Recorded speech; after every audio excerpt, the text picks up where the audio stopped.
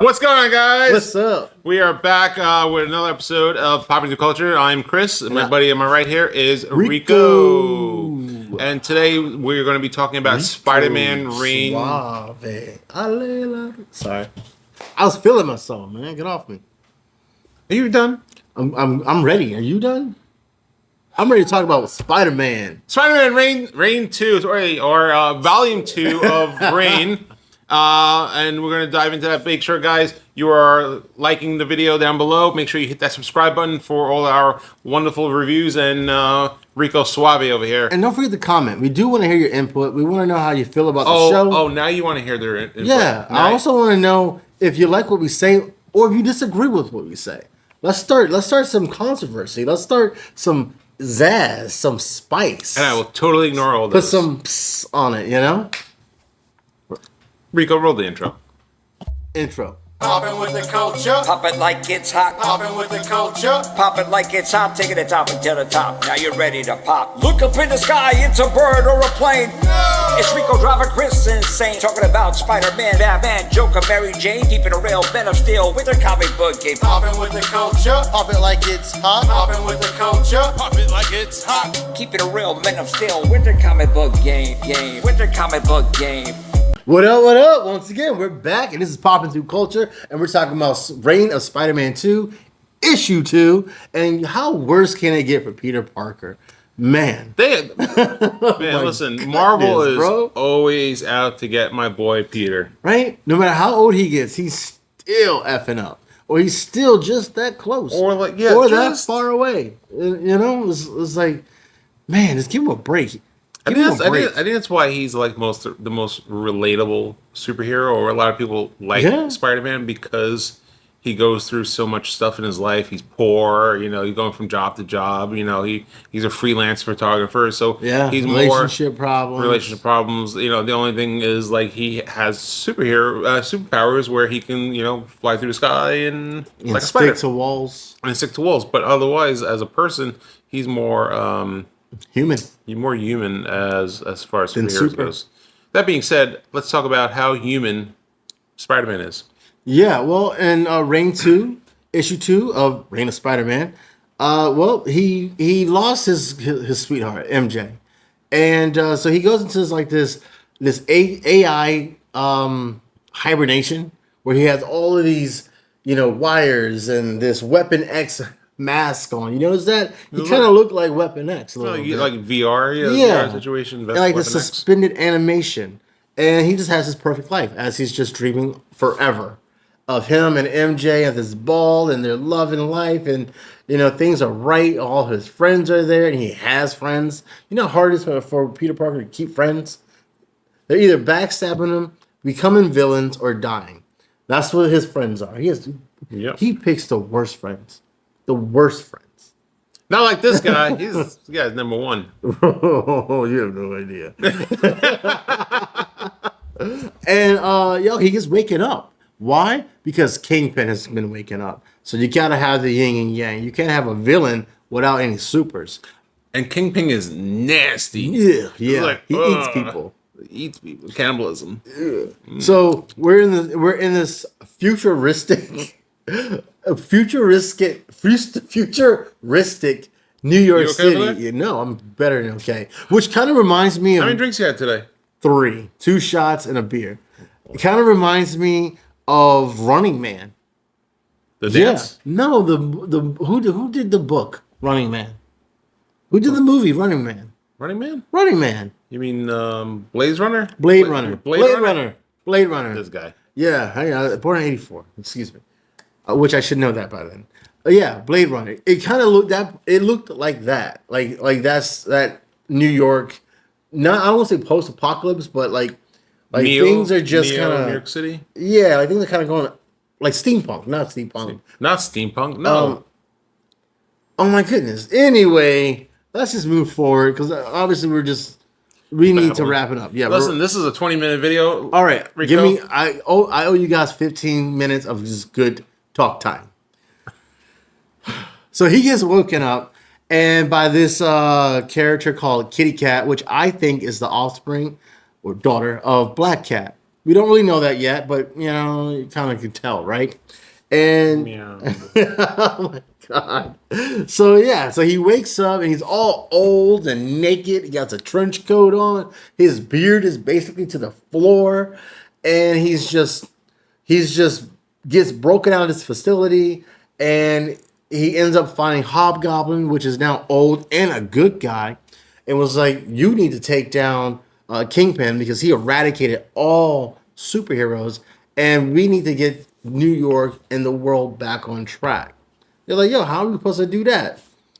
I invented a time machine, and I'm going to send you back in time to prevent Kingpin from doing any of this, and then Oh, I just realized I'm wearing Spider-Man. it will be all right in the world. Yeah, and I'm wearing the Flash. All right in the world. So Yeah. so now we're back in the past, right? Yes, we are. Back in the past with the wonderful Todd McFarlane-esque Yes. artwork that's there. It's really reminds me it's very Todd McFarlane artwork, early Todd you- McFarlane artwork. Do you like that? Do you like it when other artists reminisce other artists?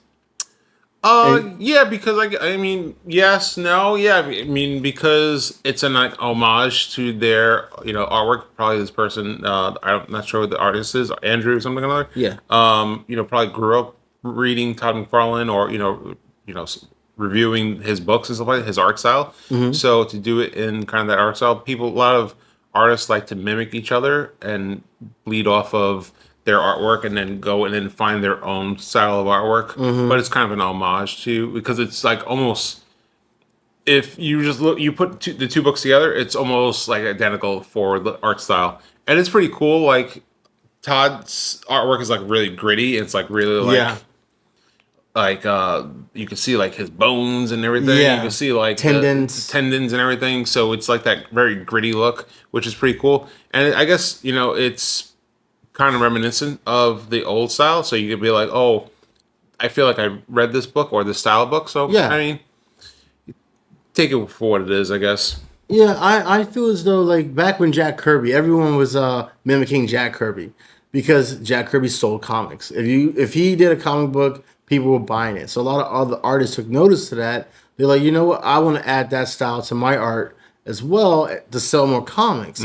But nowadays, I don't feel as though that needs to be. Like if you want to do a homage cover and you want to do the classic issue 300 of Spider-Man, but with another character and just say your name after McFarlane. That's usually what they do on covers now. But don't take a whole and don't do the interiors. But maybe that's just his art style. Maybe like you were saying, he grew up mimicking that style, or he adopted that style to make it his own.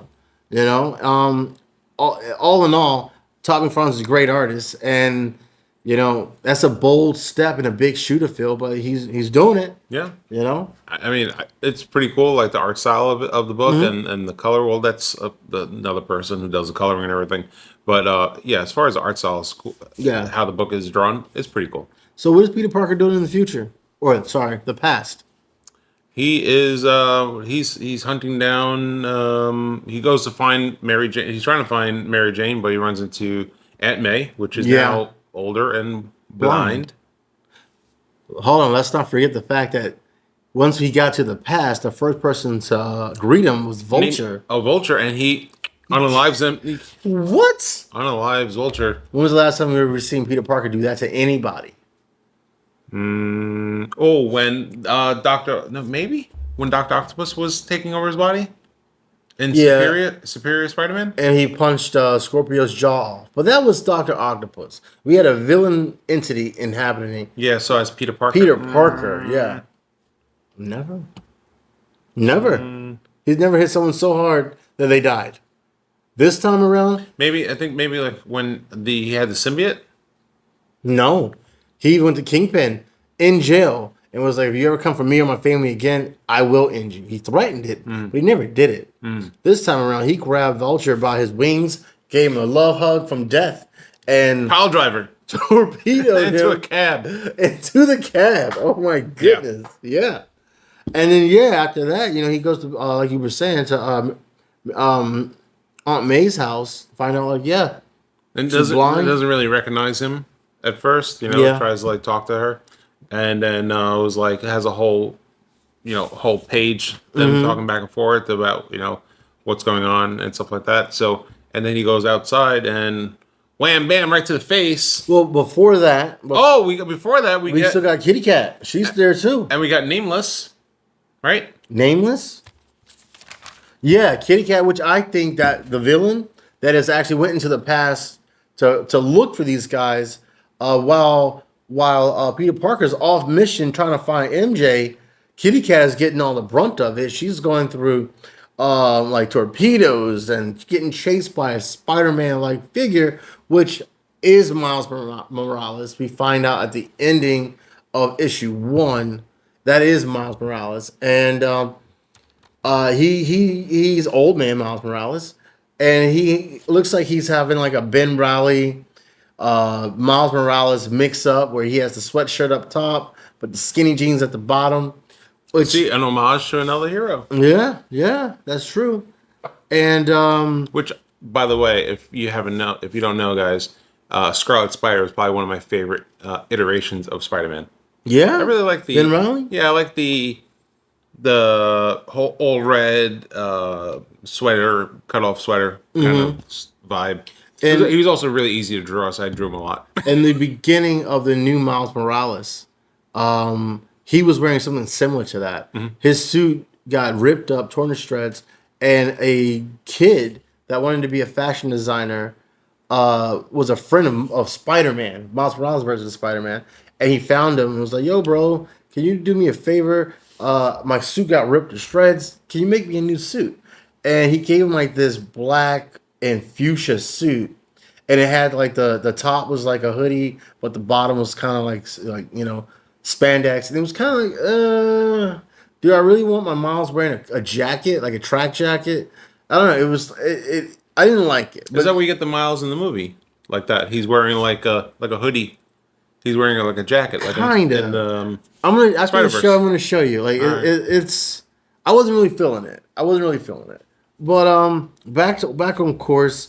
I think it's awesome that we're taking Miles Morales and making him a bad guy in this Elseworld story, which they did clarify that this is a Earth 70237, which I didn't even know existed. If there's stories like this in this universe or on this Earth, I really hope Marvel takes notice that there are fans of this storyline, and I want to know what's going on with the rest of with the heroes? Hulk, with the rest of the heroes. Iron Man, Cap.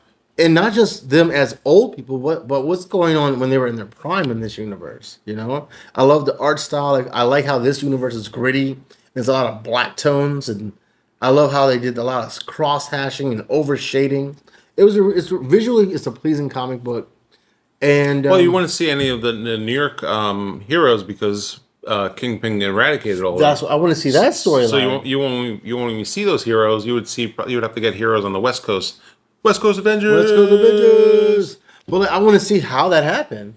Like, I want to see how did Kingpin get away with eradicating the Earth's mightiest heroes. No, because you know what's going to happen. You're going to get a storyline that's going to have like some agenda about Like how Hawk it Day? went, and then some crazy agenda, and we're going to get all these heroes, and they'll be like, "No, we're going to cancel the book now." I don't know, man. Give it an annual. Call it just Reign Annual 1. That's it. No, guess so. Why not? So what would you rate this comic book? And are you looking forward to issue 3? I am looking forward to issue 3 because there's only 2 more issues, so this should be wrapped up pretty quickly. Yeah. We won't go too much into how it won't be a very drawn out issue. It won't be a very drawn out volume for this book. So I think it's pretty cool to see Spider-Man older, and and then we get to see the new exciting into issue 3. We get to see more of Venom, the new Venom, who is. Are we spoiling this? Or are we telling them? We're just telling them. Yeah, why not? Yeah, Just tell them. Mary Jane. Mary Jane Which Watson. which Peter thought was dead. Yeah. Who was supposed to have died from cancer, which is not dead, and is the new Venom, which is Yeah, how do you feel about that? well, we've seen Venom be different people, but Yeah. they've taken on kind of like that body. Like where we've seen Yes. we've seen female Venoms have a more feminine style. But this is when you see Venom on the page, you get classic brawling Venom. Yeah. And then the Venom suit comes down, and it's like it's Mary Jane. It's like, hey, what? You think that's? I think that's pretty cool. You think it's You cool? know? Yeah, I think that is cool. Like, I don't want it's don't sexualize the character, especially it would puts me in the mindset of if a woman in the comics could possess or be shared entity with Venom, the symbiote. Why not be strong and powerful and big, you know? But maybe she can go. At the end, they did show her shrink back down, and she was just covered in the symbiote. But when she fights somebody, she probably buffs herself up to look intimidating, and maybe it allows the symbiote to take more control. Yeah. But Yeah, I'm excited. What would I rate this? out of 5, Out of 5. So make sure. I'd say 3.5, 4. 3.5. I agree with that. I'll give it a 3.5. I feel as though, I'll give it a 3.5. I feel like the comic book, even though I like the story, it feels rushed. Like, I feel like it's You only got just, 4 issues to wrap this baby up. yeah, and I feel like it's yeah, I understand that, but like What would you? it's just non-stop moving. Like, there's no. The slowest part of issue 2 was him talking to Aunt May. You know, First you complain that the storylines are too long. Then you complain they're too short. This guy, I swear. well, Okay, Well, how about this? Rico, I want to know. Well, mainly I want to know who and why Miles Morales is where he's at. But we're probably going to get that in issue 3, and that's where it's going to be the slow part of the story. what would you think would be a good book count to tell an efficient story? Where you got 35, 38 pages in a comic book. This one is a 4-part series. At least give us an even 10. I think an even 10 would give us enough time to Or maybe 6. I think 6. 6? I think 6 is a good. 6? Yeah. Okay. Yeah. 6. I've read a lot of books in the past where you get a lot of stuff done in 6 books. And yeah, in 6 books. Honestly, why not give us a storyline? Why not give us into issue 20 of this? Like, They're filling it out, like you said. Marvel's trying to fill it out yeah, and then come back. true. Because we already know they already established its own Elseworld, multiversal entity. So trying to see if this works, and then they probably go out and more books. Yeah. The Rain World. I mean, I don't know. Rain. Earth Rain. Earth Rain. Yeah, that sounds pretty dramatic. I mean, it is Spider-Man, so I mean, he's pretty. Yeah. Oh my goodness. He's pretty dramatic. All right, what would you rate it as? You said 3.5, 4. Right? Yeah, I'll give it. 3.5, 4. Yeah, I agree with your rating. 3.5, see. 4. Like, is there any flaws? I feel like it's too fast paced. But then again, like you were saying, where is that even? Where's that medium? Where is that? Enough is enough is enough. I guess it's just me being a comic book fan, and I want the story, but at the same time, I want the story to be stronger than the art. But then again, I want the art to be really pronounced and defiant. And I don't know. It's just the struggle within oneself of just no such thing as a perfect comic book, because you want everything to be perfect, but there's no such thing. The funny thing I was just thinking about this is that we both have different perspectives of the book or different ideology of how the book is or what it should be. But at the end of the day, we always usually come down to around the same rating of what a book should be or what it is. That's true. Which I think is interesting to note for the watchers, for the viewers, that everyone will have their own perspective of a book or a movie or a show, but ultimately at the end of the day, what does it boil down to? And is it trash or is it good? Yeah. So you can have your own opinion and you can define it like you were saying differently, but we both can agree that it's still a good book.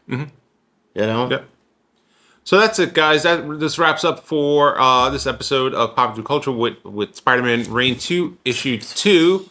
Again, guys, make sure you guys are liking if you like the video. If you don't like the video, like the video anyway.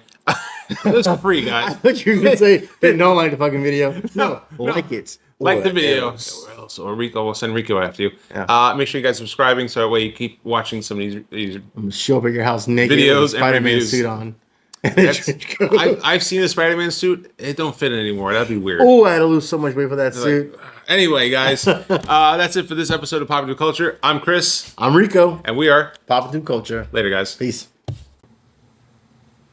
But yeah. Are you still hiking stuff up? Keep the belly in. Keep the belly in. Tuck the belly.